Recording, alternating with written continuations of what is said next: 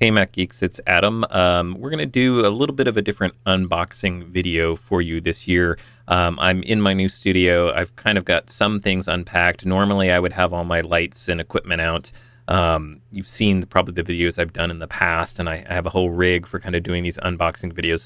This one's going to look a little different. It's more just raw, I guess as you might say it. I've got my iPhone 5S connected to a GorillaPod, and I'm here in my closet studio recording this for you. But as you can see, I have the iPhone 6 Plus. I just acquired it this morning at the Apple Store. I had pre-ordered and did the whole in-store pickup. And at the Apple Store, there was probably, I got there around 7 a.m. They opened the doors at 8. There were likely 200 plus people waiting in line, the non-pre-order line, and then the pre-order line, maybe 10 to 15 people. So that was kind of the state of affairs at my Apple Store. It didn't seem like they were having any shortages, although I was there very early. So, you know, as it got later in the line, I don't know how inventory or stock worked out. But we'll do this unboxing. I've already unwrapped it, and part of the reason is that this was upgraded on my wife's line. So they would not let me leave the store without activating the line, which disabled her iPhone. And so I ran home and quickly swapped the SIMs so that she wasn't without a phone this morning. But that's why the plastic wrap's off. But I haven't taken the shrink wrap off. I just literally swapped the SIMs. That was it. So here is the box. I'm not sure how I feel about the box design this year. It's minimalistic is probably underselling it. There is just a embossed or debossed outline of the iPhone, and then along the one side you have Apple and iPhone in the logo and what have you. Let me see if I can focus in on that. We'll take this kind of slow because I'm dealing with a rig that's not ideal here. And then if we look at the back, if I can get this in frame, this is the 128 space gray iPhone 6 Plus model. And same thing here on the other side. You just have the logo. There is nothing on the end caps. Those are completely blank. So all white, white on white. I would assume very Johnny Ive driven and inspired on the packaging this year. Let me refocus that for you. So opening it up, and I'm going to try and do this one-handed. I'm in kind of tight quarters here, so if you hear little bumps and dings that you normally wouldn't hear on these things, that's what's going on. So there's the iPhone 6 Plus itself. And I guess I could comment real quick on the box. I mean, the box itself is huge. I can, just barely get my hand kind of across it.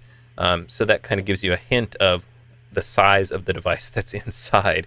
And this is much larger than the iPhone 5S. Let me just take it out of the box here for you, and you can kind of maybe get an idea in my hand. What was surprising to me right out of the box the first time I held it was it actually turned out to be not quite as huge feeling in the hand as I thought. And it may be because of how thin it is, and also the rounded sort of curved design makes it feel like it's not quite as large. There's those antenna lines, what I'm calling the Tron lines on the phone. I've nicknamed this the Tron phone. I still am not a big fan. Even seeing it in person, they definitely stand out. You can kind of see that as a design element, and I wish it was a little bit more seamless. You can also kind of probably see the camera wart, as I'm calling it, or bump sticking up there. Again, let me try and refocus this a little bit closer so you can get a better image on that. I'm not sure if the phone's going to focus in on that, but you can kind of see in the side profile, definitely sticks up. I think there were some comments that if you look at Apple's marketing materials, they even seem to have photoshopped that out. But good looking phone. The feel in the hand is amazing.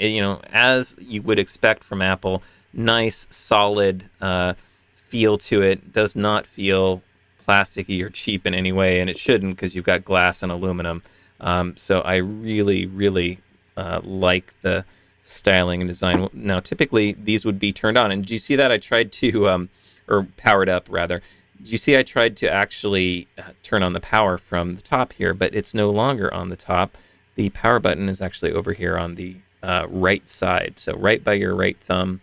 Let me just see if we can get it powered on. It should power up, and sure enough, there's our our Apple logo. I obviously haven't docked this into iTunes or set it up anything yet, so we'll probably just get a whole welcome to iPhone type screen. But, you know, pretty much what we saw in the leaks. The Apple logo should be like an aluminum. It's hard to see through the plastic, and I'll wait to kind of take that off. Seems to be taking a while to power up, which is surprising. Not really sure why we haven't gotten to, there we go. There's the hello screen. Not sure why it was so slow to power up. Possibly because currently I do not have a SIM in here. That may have factored into that, but you would hope it would be a little bit faster than that. Just so we do our due diligence, let's go back to the box and see what else we have in here. I think it's going to be the typical complement of things. You've got the little tray that just lifts off, a set of ear pods.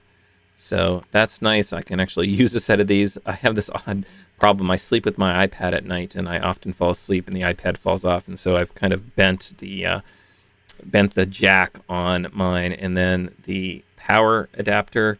It's going to be hard to tell. I can't read this. Let me pull it over and see if I can see if it's the same typical. Yeah, 5 volts at 1 amp. So your standard iPhone charger there doesn't no longer has the little green sticker that they often put on there to indicate that it's been checked out. So Apple's probably long past that issue. And then you have your lightning cable. And then inside under the tray here should be the manual, you know, your typical designed by Apple in California. And if we open up this up, I'm assuming we've got our little quick start guide. This time around on the iPhone 6 Plus, it's a little pocket. Sometimes it flips out. But again, super minimalistic. I've got one sheet here. I don't think this opens up. Doesn't even open up. And you can see the design on this. It is similar to the box, just white and gray, not even a real black, showing you some of the basic features. You have the legal copy and information, and then your typical set of Apple stickers. So that's it. That's everything that's in the box, sort of what it looks like. I'll throw the phone back in here so you can get a good look at that again. Very shiny, obviously. And we've got the iPhone 6 Plus. And stay tuned to the MacCast for more of my sort of comments as I start to use it, get used to the new size. So far, my initial thought is it's not going to be too bad, but we'll have to see getting it in a pocket and carrying it around day to day if it's too big, just the right size. I have a feeling it's going to be larger than I like, but I think because of some of the UI features and some of the enhancements, I'm really going to like the upgrade, but we'll see. All right, there's the unboxing iPhone 6 Plus.